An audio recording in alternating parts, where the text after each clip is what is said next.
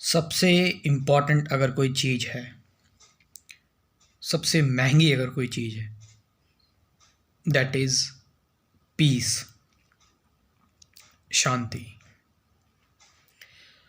आपको पता है, आप शांति कभी खरीद नहीं सकते। आप शांति कभी किसी एफर्ट से पा ही नहीं सकते। शांति, पीस साइलेंस में है, शोर में नहीं है, भागा दौड़ी में नहीं है।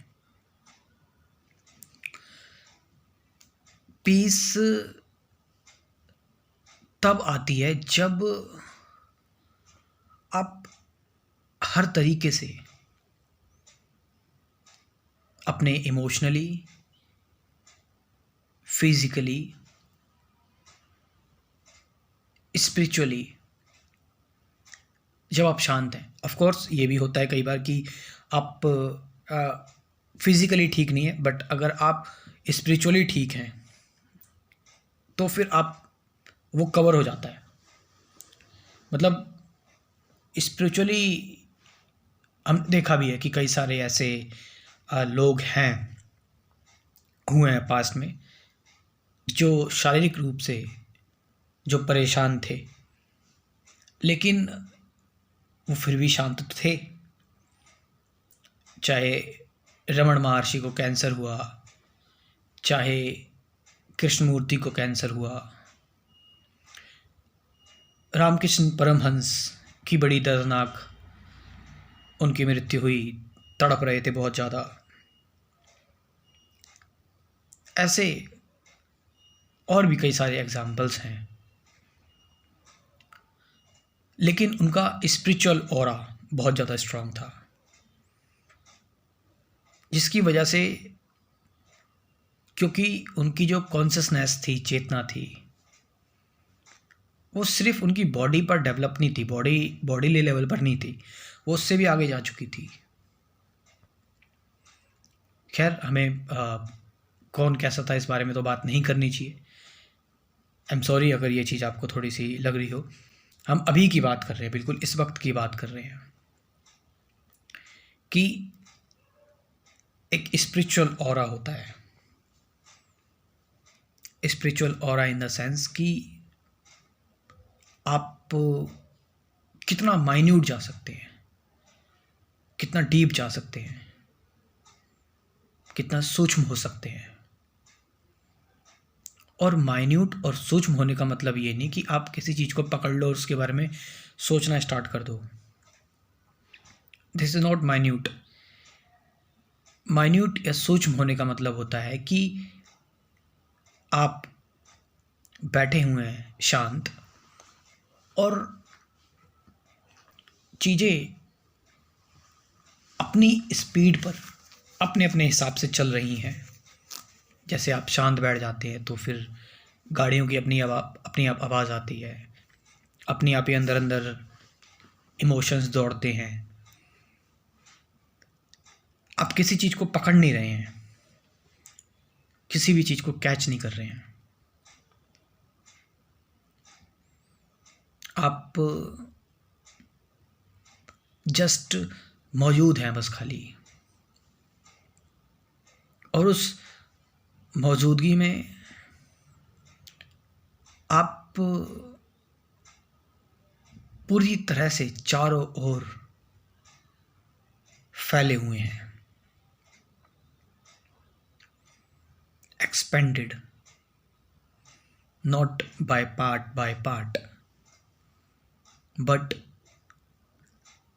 The complete connection, your conscious with your whole existence, whole being. एक एक सेल आपकी जो है वो एक हो रही है हर एक चीज़ से। तो यहाँ पर एक रिलैक्सेशन आ रही है। आपकी चेतना अभी सिर्फ बॉडी में ही घूम रही थी, इसीलिए आपको बॉडी की ज़्यादा चिंता हो रही थी, है ना। इमोशंस, ये बॉडी है,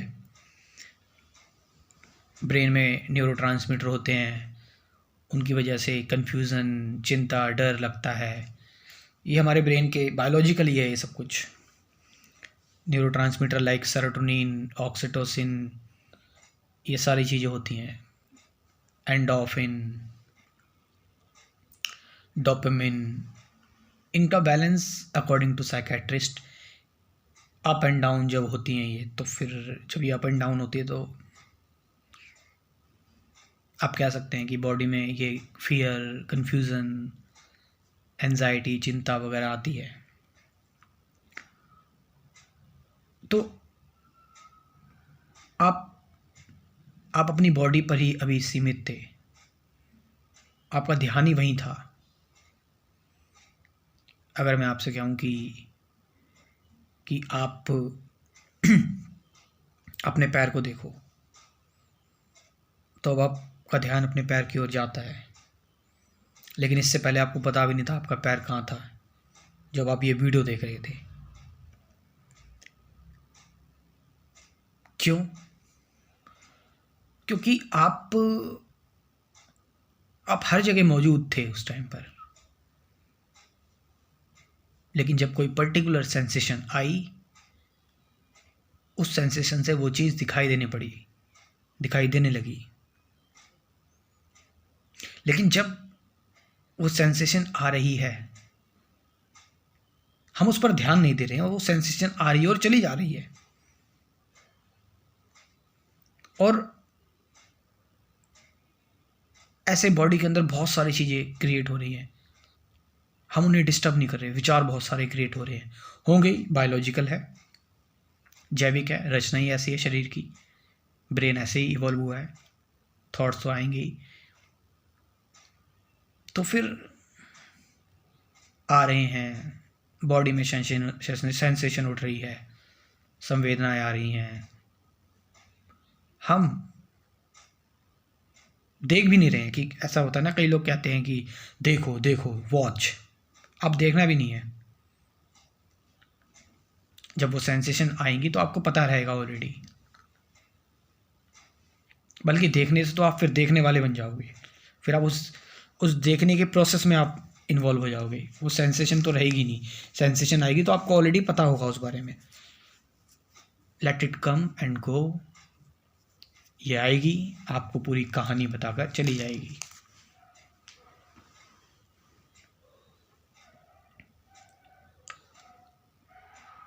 तो ऐसे हो रहा है शरीर में, बॉडी में ऐसा हो रहा है।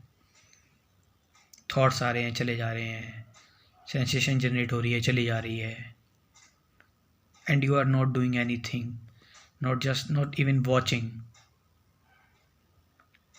धीरे धीरे ये शरीर फील होना बंद हो जाएगा, समय फील होना बंद हो जाएगा। तो जब टाइम ही नहीं होगा और शरीर ही नहीं होगा, तुम होगे नहीं, तो फिर सफरिंग किसको होगी? सफरिंग के लिए तो टाइम चाहिए ना, इस टाइम पर ये चीज़ होगी। ये सफरिंग के लिए शरीर होगी, जब ये शरीर ही नहीं है और समय ही नहीं है, तो शांति है, पीस है। That's the peace, silence, stillness. You can talk to me, join my crash course, take help from me if you want. This is my WhatsApp number, आप इस नंबर से मुझसे WhatsApp पर कॉन्टैक्ट कर सकते हैं। Thank you very much.